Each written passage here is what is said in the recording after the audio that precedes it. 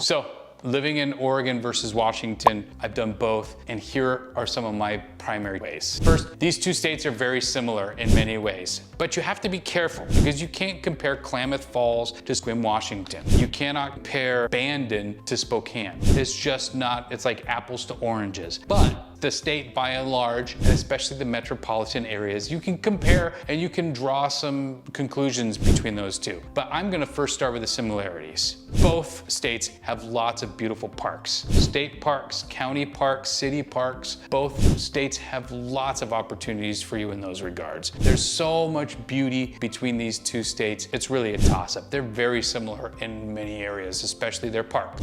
Both states have beautiful hiking trails. The PCT goes through both, and both sections are amazing. The Oregon section might be a little bit easier on the PCT than the Washington section, but you're gonna find both are beautiful. They offer their own experiences, and there's plenty of hiking trails. Oregon has Mount Hood, Washington has Mount Rainier, and there are plenty of hiking experiences and mountaineering experiences in both places. Both states have a strong economic outlook. You might have a little bit of advantage in the current environment just because there are some up and coming companies around Intel and around some of the areas near Nike, but how can you beat Washington with Amazon and Microsoft and the boom of the Seattle King County area? The economic outlook for both states is pretty similar, and it's both very strong. There are great people in both places too. You'll find Washington to be full of great, kind and caring and very conscientious humans, as well as Oregon. You might find a little bit more flannel and maybe a little bit more hipster vibe in Oregon, that's true. But I gotta tell you, people are great in both places. Don't let that be a concern to you in any ways. The last way they're the same is that both Oregon and Washington have high housing costs, among the highest in the nation. So that is a similarity. We'll break this down later in the video in terms of some differences, especially the metropolitan areas, but I gotta tell you, you're gonna find it to be pretty similar that housing costs are high in both Oregon and Washington. Okay, so let's get to the differences. Number one, the taxes. So Oregon does not have a sales tax. If it says that the item costs $2.49, that's what you're paying, is $2.49. In Washington, there is a sales tax, and in different parts of Washington, the sales tax may be different. So that's something that takes a little bit of getting used to, but it is something for you to consider, as well as the income tax. So Oregon does have a very high income tax.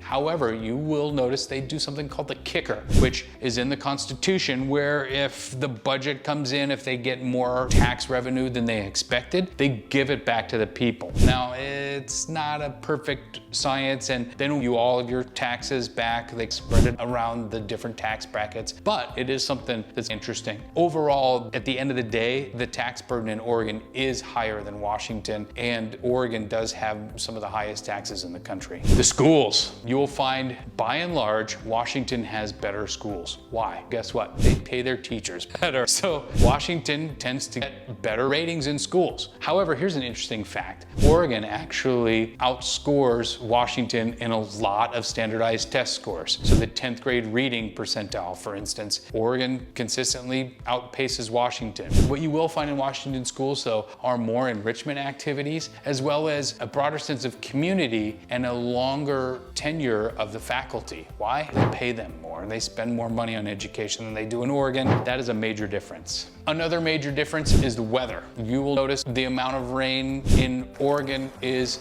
much less than it is in most parts of Washington. This, of course, is a broad generalization, but Washington gets more rain, of course, but you also have to be careful. You can't compare Southern Oregon to the Olympic Peninsula. There's a completely different vibe there. It's a completely different environment and a completely different biome. So yes, Washington gets more rain than Oregon, but Oregon does get rain as well. Another difference between the two states is homelessness. Yes, both states have a large homeless population, but in 2019, Washington had a larger homeless population than Oregon. The estimate for 2019 was 21,577 homeless people or people living on the streets.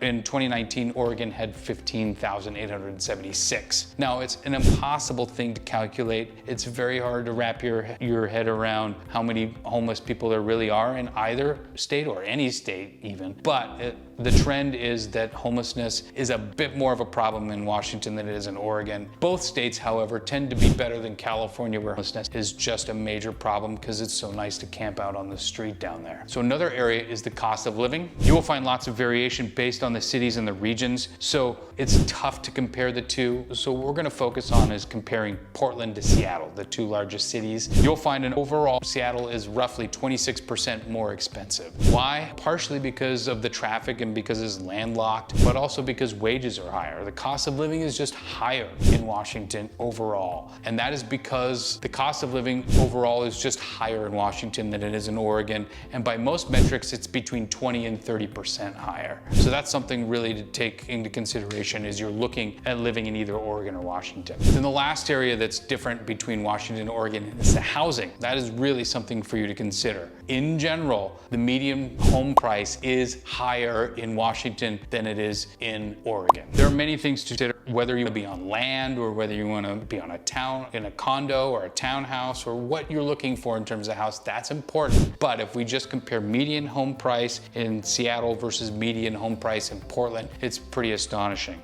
For instance, the median listing price in Seattle in April 2022 was $875,000. That same time period in Portland, the median house listing price was $550,000. That's a significant difference, for sure. Almost $300,000. So something definitely to take a look at. But let's look at other areas outside of the big cities. Leavenworth, Washington is a beautiful little tourist town away from the city, kind of in the mountains. In April of 2022, the average list price there was $799,000. That's up 18% year over year. 18%. By comparison, a wonderful little tourist town in Oregon called Ashland, Oregon, similar size, a different vibe, but in Ashland, Oregon, the same time period, April 2022, the average list price was $629,000, which was up 7.3% year over year. These are two areas that make good comparable populations, and it's just a very interesting thing to look at in terms of housing in Washington just continues to go up as it does around the country, but it is outpacing the increase in Oregon. Oregon's just a little bit cheaper to live and or to buy a house. Personally, I think it all comes down to the weather. As someone who's lived in both places, I can tell you it just has to do with how long you can go without seeing the sun. Because frankly, when I lived in California, I never thought about that. And then when I lived in Oregon and Washington, I was confronted with the reality that